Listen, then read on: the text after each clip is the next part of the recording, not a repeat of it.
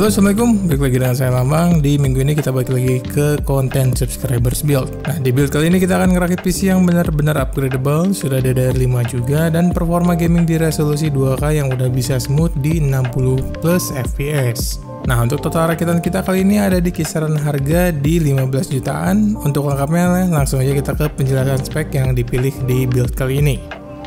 Pertama-tama kita ke prosesor. Untuk prosesor yang kita pilih di sini kita pakai AMD Ryzen 5 7500F. Prosesor ini udah memiliki 6 core dan 12 thread, lalu memiliki boost clocknya juga di 5 GHz. Jadi untuk 7500F ini masih bisa kita nyalain PBO-nya biar kita bisa boosting 200 MHz lebih tinggi daripada normalnya. Nah, 7500F ini emang menjadi salah satu pilihan budget friendly untuk soket AM5. Walaupun dibilang budget friendly, tapi harganya juga masih tetap cukup mahal yang ada di 2,8 jutaan rupiah. Nah, lalu next kita ke motherboard. Di sini kita pakai Mobo paling murah dan worth to buy banget, yaitu adalah ASRock B650M HDV M.2. Berbeda dengan seri-seri HDV yang sebelumnya, untuk seri HDV kali ini kita udah dibekali VRM yang udah cukup capable banget. Kita diberi 8+2+2 VRM yang bisa dibilang udah cukup banget untuk nge-overclock si Ryzen 7500F ini. Selain itu juga harganya udah cukup bersahabat di kisaran 2 jutaan, udah gitu VRM yang cukup banyak dan capable. Lalu di sini juga udah dikasih PCIe Gen 5 untuk NVMe-nya. Nah, kalau untuk I/O portnya ya udah cukup oke lah. Ada 4 USB 2, 2 USB 3, 1 USB Type-C, I/O audio, lalu ada HDMI port dan juga display port. Nah, saran saya misalkan kalian mau pakai board ini harus diingat aja, misalkan kalian pakai fan ARGB, kalian nggak akan bisa nge-sync langsung ke motherboardnya, karena di motherboard ini kita nggak dikasih ARGB header, jadi nggak akan bisa nge-sync ARGB lewat motherboardnya ya. Nah, selanjutnya kita akan berpindah ke RAM. Untuk RAM di build ini kita akan pakai RAM dari Team Group. Kita pakai tipe yang Team T-Force Delta yang RGB dengan kapasitas 32 GB. Dan speednya juga yang udah cukup kenceng yang ada di 6000 MHz. Seperti yang kalian tahu, untuk kapasitas 32 GB dan speed 6000 MHz itu adalah sweet spotnya untuk gaming saat ini, apalagi untuk di AM5. Jadi emang kita sengaja pilih kapasitas dan speed yang udah cukup kenceng banget ini. Jadi emang kita sengaja pilih kapasitas yang cukup besar dan speed yang udah cukup kenceng banget agar bisa aman dipakai untuk beberapa tahun ke depan. Nah, lalu kita lanjut ke SSD. Untuk SSD di sini kita pilih seperti biasa, kita pilih dari Adata XPG GMX S70 Blade yang sudah memiliki kapasitas di 1 TB. Kalau untuk performa SSD ini udah nggak perlu ditanya lagi lah ya. Untuk write speednya dia ada di 6000 MB per detik dan juga read speednya ada di 7400 MB per detik. Yang pastinya udah cukup banget dan udah kenceng banget. Dan juga emang Adata XPG yang seri GMX S70 ini menjadi salah satu rekomendasi SSD yang untuk dibeli karena emang udah dibekali di RAM cache juga, jadi untuk speednya bakalan jauh lebih stabil daripada yang tidak ada di RAM cache-nya. Nah, lalu next kita ke GPU. Untuk GPU kita di sini pilih dari AMD Radeon RX 6700 XT. Kita di sini pakai brand dari Sapphire dan kita pakai tipe yang paling tinggi atau enggak yang biasa disebut Nitro Plus ya. Nah, 6700 XT ini udah memiliki VRAM di 12 GB, jadi udah cocok banget bagi kalian yang fokus gaming di resolusi 2K karena emang game sekarang udah butuh VRAM yang gede-gede ya. Lalu 6700 XT ini juga memiliki TDP rating di 230 Watt. Jadi bagi kalian yang mau pakai GPU ini harus pastiin power supply-nya ada di 650 Watt atau enggak ke atas biar supaya lebih aman aja. Nah, kalau untuk secara performa sih udah jelas banget GPU ini masih capable banget untuk main-main game di resolusi 2K, game-game AAA, settingan yang masih high kalau nggak ultra. Tapi nanti untuk performa lengkapnya nanti langsung aja kita cek di bagian benchmark ya. Nah, lalu next kita berpindah lagi ke CPU cooler. Di sini kita pakai AIO liquid cooler dari ID Cooling. Di sini kita pakai tipe yang FX360. Kalau secara ukuran ini ada di 360 mm, jadi udah triple fan yang pastinya udah cukup banget sih untuk ngedinginin prosesor 7500F ini yang full load-nya ada di kisaran 90-100 Watt. Kalau untuk secara performa ya udah jelas banget ya, liquid cooler sebesar ini biasanya udah bisa ngedinginin prosesor yang memiliki TDP 250 Watt juga masih aman.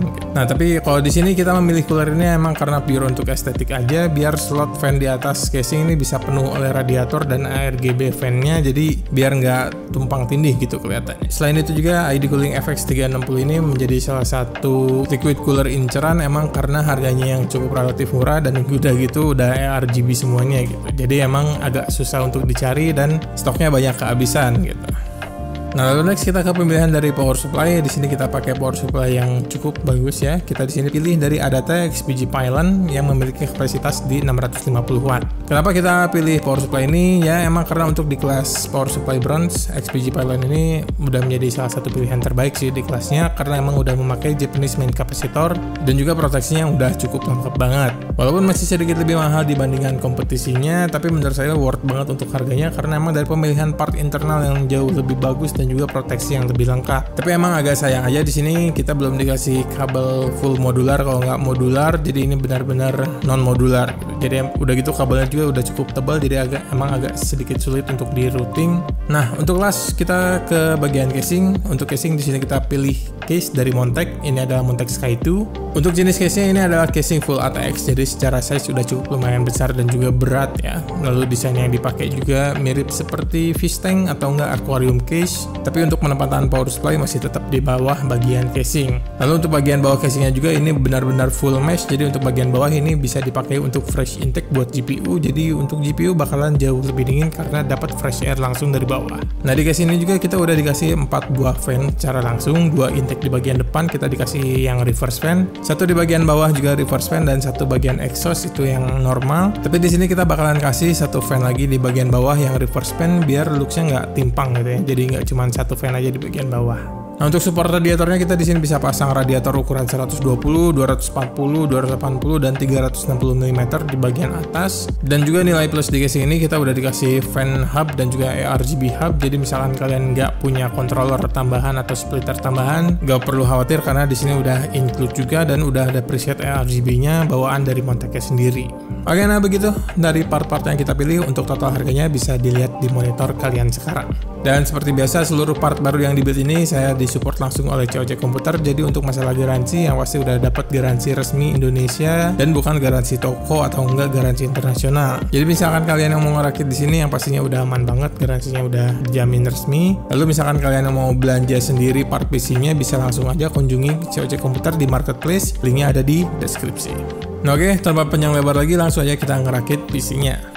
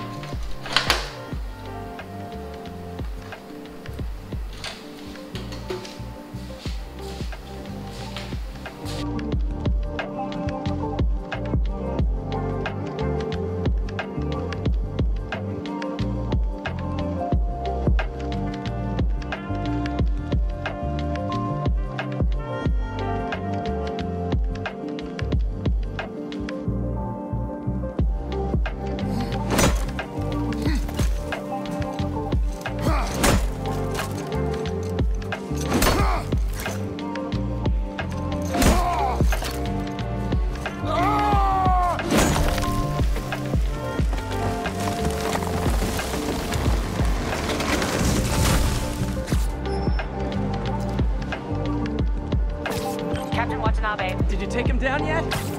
No, we're at Fisk Tower, but still waiting on the warrant. Mind if I join in on the fun? You know how his lawyers are. This one needs to go by the book. Come on, Yuri, I've been waiting 8 years for this. You really want to help?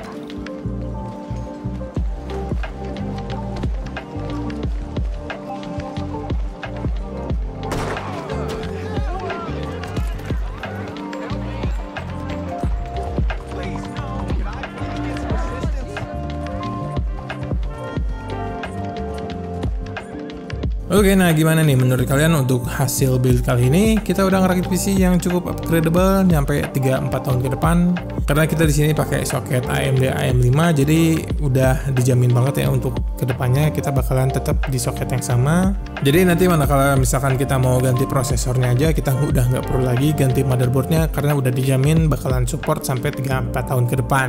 Lalu untuk dari pemilihan RAM juga kita udah pilih yang kapasitasnya cukup besar di 32 GB dan yang pastinya ya bakalan bisa aman untuk beberapa tahun ke depan lah ya. Jadi menurut kalian gimana nih untuk hasil build kali ini? Langsung aja komentar di bawah.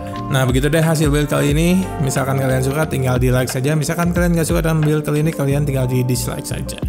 Oke, kalau begitu nama saya Lambang. Thank you banget yang udah nonton. Assalamualaikum warahmatullahi wabarakatuh.